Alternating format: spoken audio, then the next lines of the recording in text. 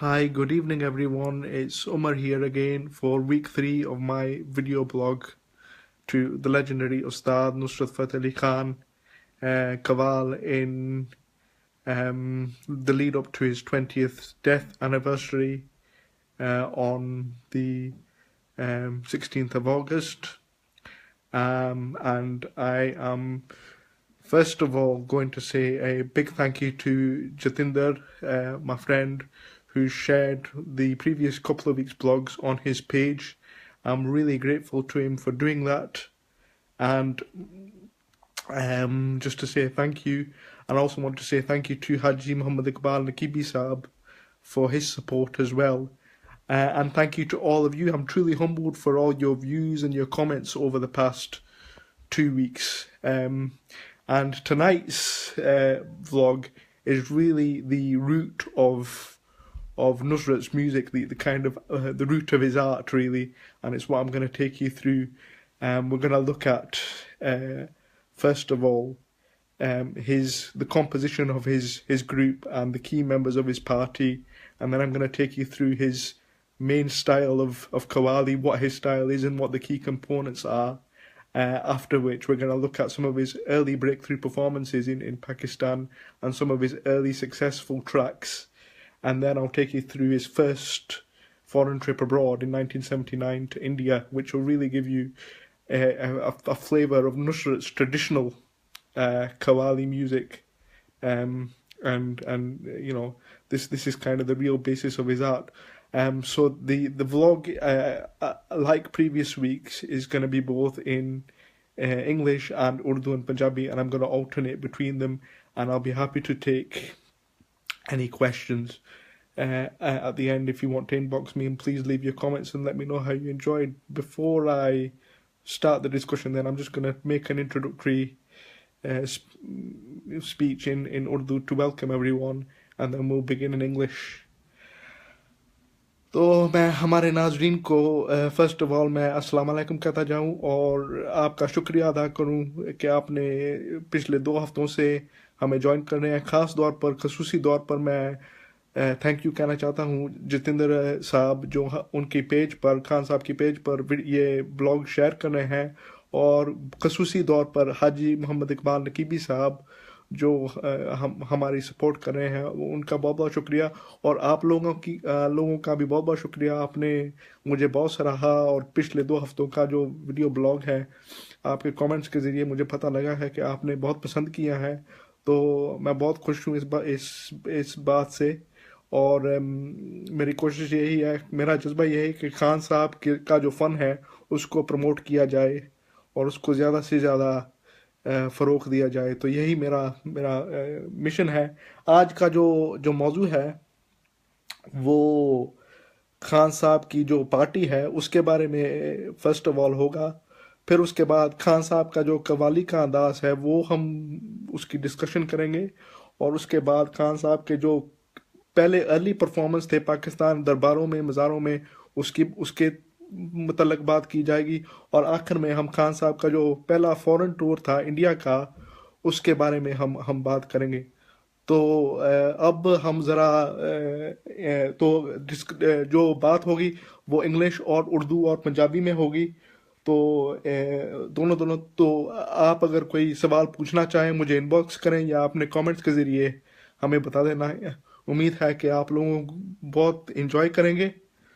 तो अब मैं ज़रा इंग्लिश में पहले खान साहब की जो पार्टी है उसकी वजाहत करता हूँ, फिर मैं उर्दू या पंजाबी में वापस आऊँगा और बात को दोहराऊँगा।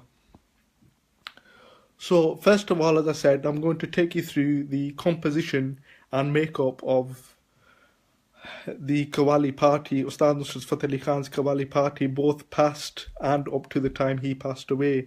But before I do that, I think it's important for me to take you through, as I did in week 1, the structure and organisation of a Qawwali group. So there's usually a number of people, usually about 10 to 12 members make up a Qawwali party, with the lead member being Ustad Nusrat Fateh Ali Khan in his case, supported by a number of 2 musicians on the harmonium and then 1 on the tabla, which is the percussion drum, and then the final set of musicians supporting the main singers with the chorus, usually clapping as well in support of the rhythm.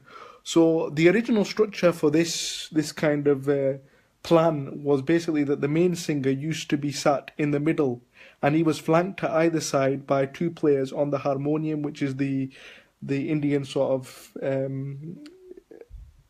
of piano that you play with through. It's like an organ basically, and the main singer was sat in the middle, and he was flanked by two players on the harmonium, and directly behind the main singer there was the tabla player who was in charge of the rhythm and the percussion side, and he sat directly behind the main singer. And either side of him were players who used to were group members who would clap their hands in support of the rhythm, and one other singer sitting at the front as well. But what happened was several Qawwals in the Punjab region, including Nusrat's father's group, decided to change this structure. And the reason why they changed this structure was so that it would be more akin to the different performance settings that they were in and that they took part in. So what happened was the main singer, instead of being in the middle, used to now be on the right hand side of the stage. Next to him there would be the first harmonium player, which in Nusrat's case was his brother Fateh Ali Khan, and then in the middle next to Farah would be a deputy singer who would take over if the lead singer was unable to, in case of emergency or something like that. And then next to the deputy leader on the front row, there would be another harmonium player, supporting harmonium player, and then a final signed singer. And behind these people in the middle, behind this first row, there would be the supporters, so the hand clappers and the percussion guy on the tabla. And this is exactly the format that Ustad Nusrat Fateh Ali Khan's group took when they started to perform, or when Nusrat took over leading the group in the mid-70s. This is the format that they followed. Nusrat was the main singer, sat at the head of the group. Then there was his brother Farah Fateh Ali Khan, the deputy leader of the group, and Nusrat's first cousin Mujahid Mubarak Ali Khan. And next to Mujahid Mubarak Ali Khan there would be somebody on the second harmonium. And then next to the second harmonium there would be another singer at the side, and on the back row there would be the 5 or 6 hand clappers together with the percussion guy on the tabla, which I'll explain during this. So a group really consists of about the main singer plus 10 to 12 other supporting musicians, and this is how the composition of the party was made up. Before I tell you about the individuals in the party, past and present, I'm going to say what I've just said in Urdu and Punjabi just now before I tell you a little bit about the party, and we move forward. So the Qawwali party, before we move forward, तो मैं सबसे पहले अर्ज ये करना चाहता हूँ कि जो खान साहब की कव्वाली पार्टी का जो की ऑर्गेनाइजेशन है उसके बारे में मैं आपको बताना चाहता हूँ. अगर आप तारीख में चल जाए तो कव्वाली की जो पार्टी की जो सेटअप थी, जो मेन सिंगर था, लीड सिंगर मोरी जो था, वो सबसे दरमियान में होता था, और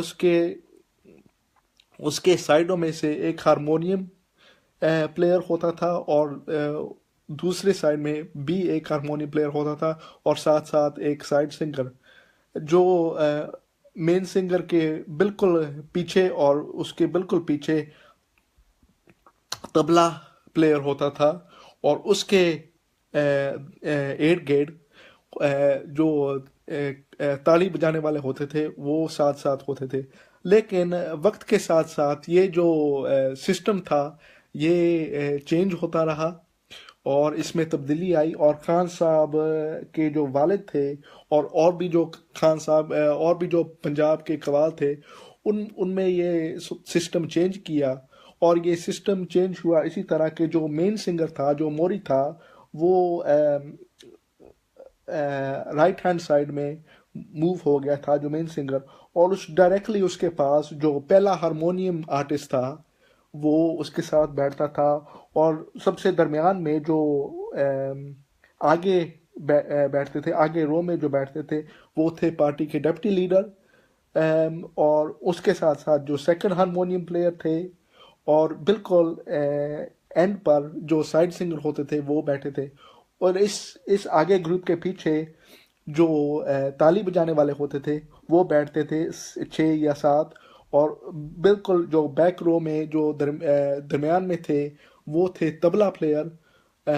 और इसी तरह ये सिस्टम जो है चलता रहा, और खान साहब ने भी इसी तरह ये सिस्टम अपनी जो पूरे फनी ज़िंदगी थी इसी तरह वो उनका ग्रुप जो सेटअप था वो यही था।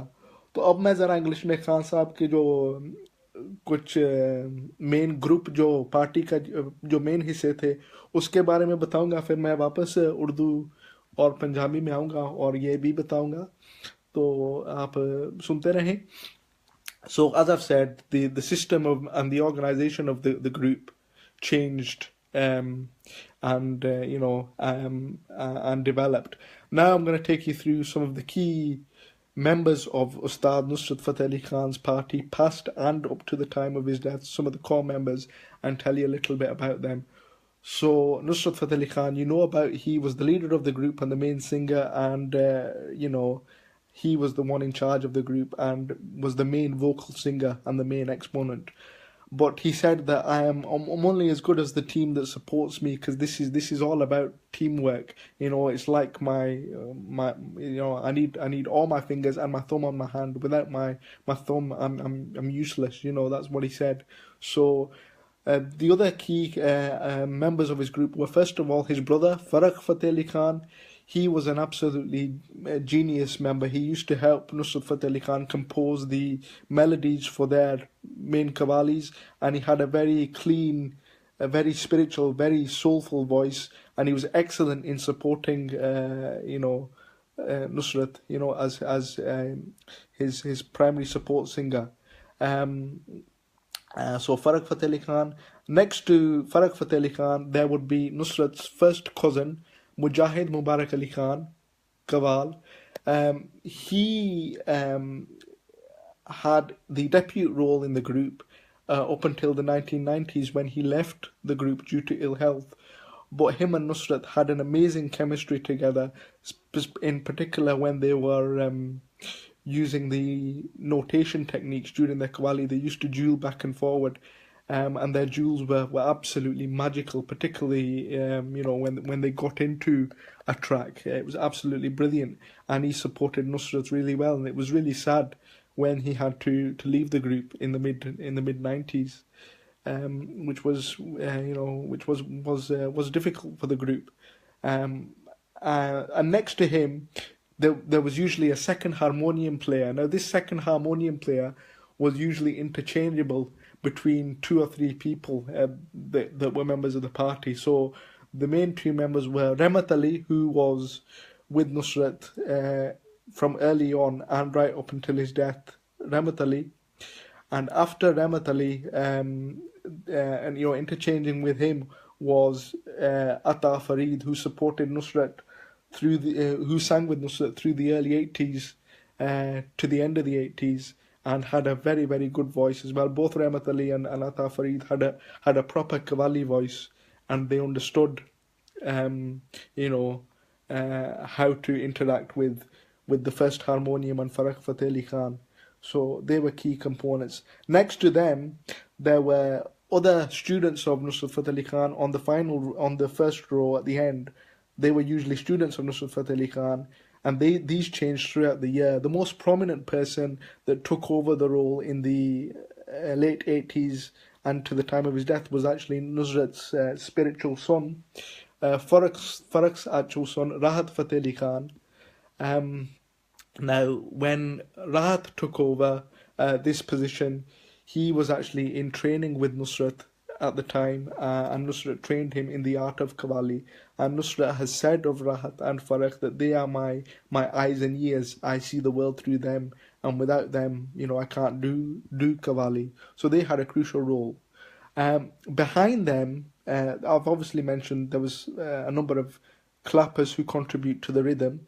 Uh, some key members include Asad Ali, who was Nusrat's cousin, who used to sit directly behind him, and also the prompter, a man called Ilyas Hussain, who used to be in charge of the texts and the different songs, so that he would whisper in the ear which text or which word was to come to remind Nusrat. Not that he needed reminding, but that was his job, together with several other hand clappers.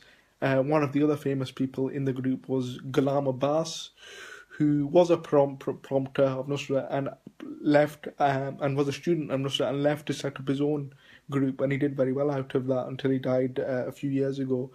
But Ghulam Abbas was very enthusiastic and sometimes overly enthusiastic in terms of prompting things and reminding Nusrat. And I can remember watching a video in Wolverhampton, and he was about to whisper to Nusrat enthusiastically. Nusrat said, "Don't whisper to me now.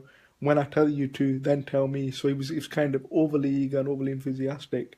And these hand clappers changed, regularly. There were others, that took part and went on different tours. But there were about really 8 or 9 throughout Nusrat's career that stayed with him, that were the core. And then really the other key member of the group was the tabla player that sat in the middle of the back row, and he was Dildar Hussain, and he was a student of Allah Raka, Ustad Allah Raka, and he joined the party in the late 70s, and he stayed with Nusrat right up until his death, and his role was really the rhythm. And Nusrat said of him that he has the control of all the Qawwali, really. I can only take the direction in which he tells me, because he controls the rhythm, and that's the most crucial aspect of Qawwali music. So that's the key members. And the other key member of the group was really the party secretary, Janab Iqbal Kasuri, who was one of Nusrat's father's students in the early days, and then became a member of Nusrat's party when he passed away. First, supporting in the hand clapping, but then he took on a management role and a secretarial role, and his role was really crucial in the early 90s when Nusrat's fame took off on an international level. He was the kind of intermediary. He used to sort out all the things about where they were going, where they were staying. He was kind of like a roadie, really, and dealt with all the money. So these were kind of the key things. And Nusrat said of the group, like I said, that Qawwali is all about teamwork. Without them, if I've got my fingers, that's fine, but I need my thumb as well, so I'm useless. That's how he described it. So he said that he needed his team with him, and his team were tremendously respectful, and he was tremendously loyal to his team. So that's really the key makeup of the Qawwali party, which changed over time. And the key components, key people that stayed with him throughout that time were Faraq, his brother, his secretary Iqbal Naqibi, Rahat to a certain extent when he joined the party in the late 90s, and also Dildar Hussain, who was with him all the way throughout as well, the tabla player. So now I'm just going to translate this into Urdu, and then after I've done this, we'll move on to excuse me, to focus on Nusrat's actual Qawwali style and how he differentiates himself from other Qawwals. तो अब मैं ज़रा खान साहब के जो की member, जो उसके खसूस पार्टी के मेंबर थे, उनके बारे में उनके नाम लेकर बताना चाहता हूँ. सबसे पहले खान साहब के बाद जो बहुत खसूसी मेंबर थे इस पार्टी के, वो थे उनके भाई उस्ताद फ़रख फ़तेह अली खान साहब, जो खान साहब ने कहा है कि फ़रख फ़तेह अली खान साहब का बड़ा अच्छा गला है, बहुत अच्छा वो खान साहब को सपोर्ट करते हैं, और अक्सर जो कवालियों की धुनें थी वो फ़रख फ़तेह अली खान साहब ही कंपोज करते थे, और वो नुसरत साहब के साथ 1970 से लेकर उनकी डेथ तक वो उनके साथ थे और उनके साइड सिंगर थे. और जो तीसरे बहुत बड़े जो खसूसी मेंबर थे, वो थे पार्टी के डिप्टी लीडर जनाब मुजाहिद मुबारक अली खान साहब, जो मुबारक अली खान साहब के साहबजादे थे, और इनका रोल भी बहुत क्रूशल था। ये पार्टी के डेप्टी लीडर थे और ये अलाप करते थे। और खान साहब के साथ दो जो जुगलबंदी होती थी वो बहुत एक बहुत लुत्फ आता था जब ये दोनों अपनी जुगलबंदी करते थे। बहुत बहुत ये बहुत इनका बहुत बड़ा स्किल था दोनों का। ये मुझे अक्सर लुत्फ आता था इन दोनों को सुनकर टुगेदर। और मुजाहिद मुबारक अली खान पार्टी के साथ रहे थे जब 1989 तक, जब उनकी तबीयत ख़राब हो गई और वो परफॉर्म नहीं कर पाते थे। और वो पार्टी को उन्होंने पार्टी को छोड़ना पिया अपनी बीमारी की वजह से। लेकिन फिर भी वो पार्टी का बहुत लाजमी और खसूसी हिस्सा रहे हैं। उसके साथ था दो जो थे वो सेकंड हारमोनियम पर कभी कभी जनाब रहमत अली होते थे, जो नुसरत साहब के शागिर्द थे। उनकी आवाज़ भी बड़ी अच्छी थी और वो भी अलाप करते थे और गिला के शेर कहते थे खान साहब को टाइम देने के लिए। और जब वो नहीं होते थे तो उनके साथ साथ जनाब अता फरीद साहब जो पार्टी के मेंबर थे 1990 तक, वो साथ साथ होते थे। और अब उनका ग्रुप, उनके बेटे का ग्रुप अभी बहुत मशहूर हो रहा है, काले खान कवाल भाग्य वाले। तो अता फरीद साहब की भी कंट्रीब्यूशन बहुत थी। और उसके साथ साथ उनके साथ साथ होते थे साइड सिंगर। सबसे पहले जो सबसे खसूसी साइड सिंगर जो थे वो थे मकसूद हुसैन साहब, जो 1970s और 80s तक खान साहब के साथ चले आ रहे हैं। और उसके बाद थे जनाब मुबारक अली खान साहब, जो नुसरत फ़तेह अली खान साहब के वालिद साहब के शागिर्द थे और उनकी भी बड़ी अच्छी आवाज़ थी। लेकिन सबसे खसूसी आदमी ने जो इस जगह को लिया था वो थे जनाब उस्ताद राहत फ़तेह अली खान साहब, जो लेट 80s में 1988 1985 में शुरू किया था खान साहब के साथ। और 1988 में ये एंड पर जो पहला रो था एंड पर बैठते थे और खान साहब के साथ अलाप करते थे और जुगलबंदी करते थे और साथ साथ उनकी ट्रेनिंग भी हो रही थी। तो राहत फ़तेह अली खान साहब एक लाजमी हिस्सा बन गए थे, जैसे आप सब लोग जानते हैं। इस आगे रो के बाद जो नेक्स्ट खसूसी लोग जो थे, जो ताली बजाने वाले थे, उनमें खसूसी लोग थे जनाब असद असद अली खान, जो खान साहब के तायदाद भाई भी थे और उनका कोरस सिंगरों में बहुत नुमाया हैसियत वो रखते थे। साथ साथ इनके वो थे गुलाम अब्बास साहब, जो प्रॉम्प्टर थे और वो भी, उनका भी बड़ा जज्बा था। वो भी अपने खान साहब के शागिर्द थे और अपना वो भी खान साहब के ग्रुप को छोड़कर वो भी अपने तौर पे बड़े अच्छे कवाल बने थे और उनका भी बहुत जज्बा था। वो खान साहब को प्रमोट करते थे शेरों के लिए। तो मुझे एक दफ़ा याद है, मैं एक परफॉर्मेंस देख रहा था खान साहब की जब वो वुल्वरहैम्पटन में थे। तो खान साहब पेश कर रहे थे उर्दू गज़ल, आँख उठी मोहब्बत ने अंगड़ाई ली, दिल का सौदा हुआ चांदनी रात में। तो वो गिरा कह रहे वो गुलाम अब्बास साहब जो थे वो गिरा के शेर बता रहे थे और खान साहब इतने अपने फन में डूबे हुए थे। उन्होंने गुलाम अब्बास साहब को कहा, अब ना मुझे बताएं, जब जब वो उन्होंने पंजाबी में कहा, हुण नहीं मैनू दसना, मैं जो आख्या उदो। तो खान साहब ने तो इसी तो गुलाम अब्बास साहब का इतना जज्बा था कि खान साहब को उन्होंने बताना पड़ा कि अभी नहीं, मुझे मुझे चाहिए ये शेर। तो एक थे गुलाम अब्बास और एक उसके साथ थे, और अब जो प्रमोटिंग का रोल कर रहे थे वो थे जनाब इलियास हुसैन, जो लेटर सालों में खान साहब के साथ थे और उनका भी बड़ा अहम रोल था। और बाकी जो थे ताली बजाने वाले वो थे अपने गुलाम फरीद साहब और कौकब अली साहब, जो खान साहब के तायदाद चाचा दाद भाई थे। और नफीस अहमद साहब, उनका बड़ा खसूसी रोल था। और उनके दरमियान थे जनाब दिलदार हुसैन, जो आप सब लोगों को जानते हैं, खान साहब के तबला नवाज थे।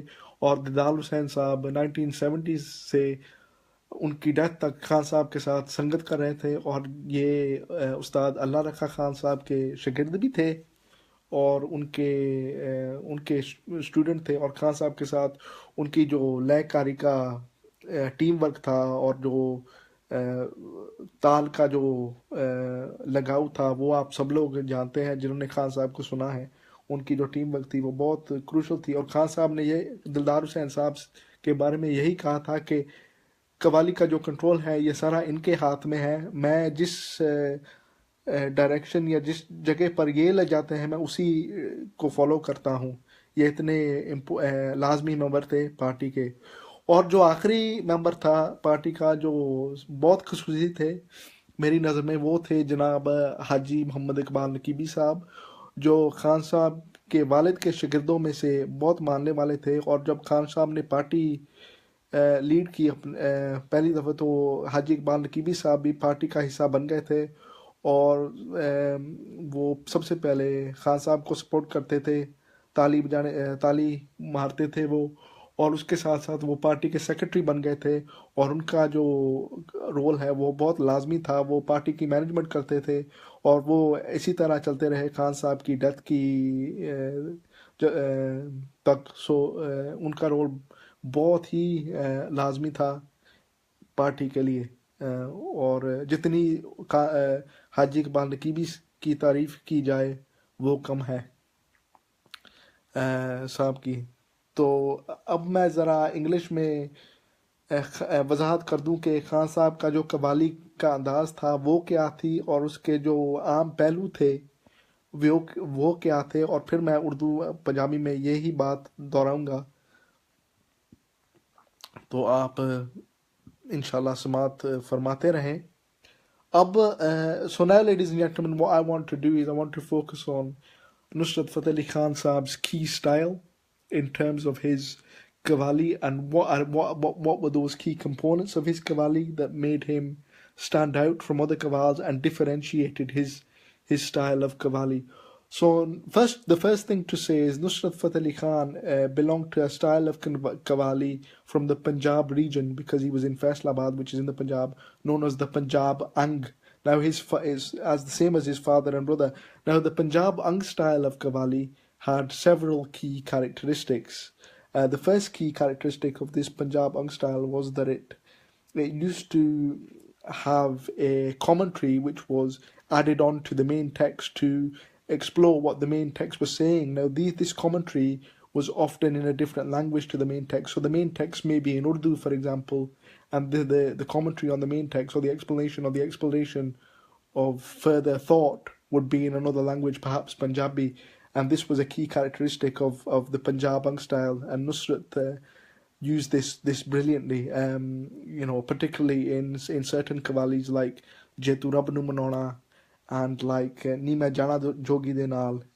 So an example would be in those qawwalis, which I'll go into in a little bit. So that was the first characteristic of this qawwali, this Punjab Ong. The second characteristic of this qawwali, this style, was the fact that it had a really strong beat. Now the strong beat was provided by the daya tabla, which is the right hand tabla, and the left hand tabla was actually replaced by another drum called a jodi or a dama, which provided a better bass, which really deepened the beat of the qawwali. And this is really visible in Nusrat's qawwali and the Punjab Ang style. This was key to that style. And the final key thing for the Punjab Ang style was the introduction of sargam. Now sargam is the notation of the Indian musical scale. So there's 7 notes in Indian classical music: sa re ga ma pa da ni sa. And the Punjab Ang used to use this style of music, used to use this notation in their qawwali to take their qawwali to greater heights. And Nusrat actually adopted this style brilliantly. So those were the key characteristics of the Punjab Ang style, which Nusrat's father employed, and Nusrat then took this forward.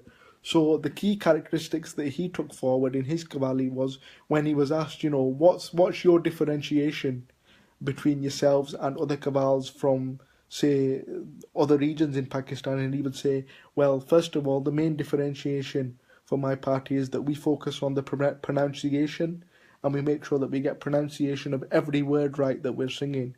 Secondly, we add the commentary to the text, which could be in a different language, and an explanation to explore the theme further, which is different to the main text.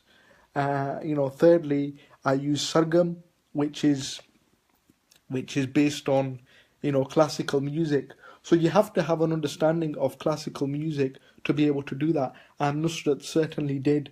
I don't buy critics who say that Nusrat was just a Qawwal and he came from just a Qawwal, household. He learned the basics of Indian classical music, all facets, including, the rags, and the, bits about the rhythm and tone and things like that. He knew all that, and because he knew all that, he was able to use the notation, the notation in his Qawwali, the sargam, which was an essential part of his Qawwali, and it would just when he would do the sargams, people would just explode. His Qawwali would really come to life. It would be really important. And the other important thing for this was that he could move backward and forward in terms of the notation as well. It's called Arohi and Amrohi, and he could do that perfectly as well.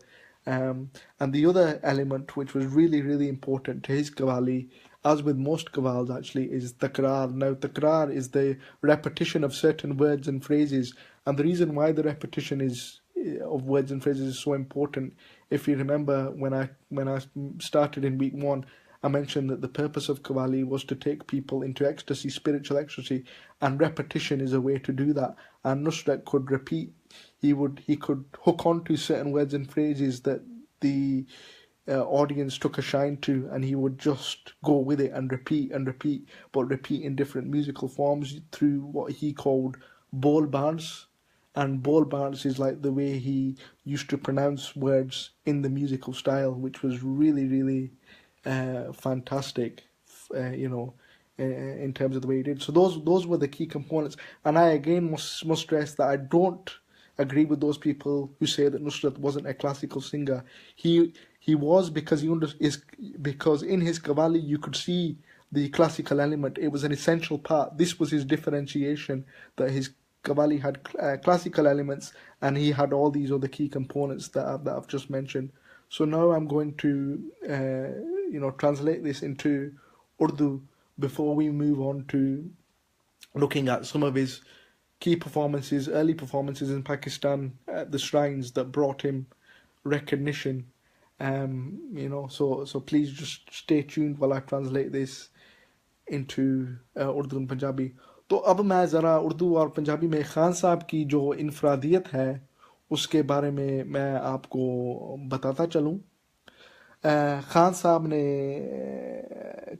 की जो family थी वो पंजाब अंग के का जो अंदाज़ था वो कव्वाली का अंदाज़ अपनाते थे। खान साहब के वालिद और उनके ताया ने भी यही अंदाज़ अपनाया था, और खान साहब की नज़र में उनकी कव्वाली में जो सबसे लाजमी चीज़ें हैं वो ये है। सबसे पहले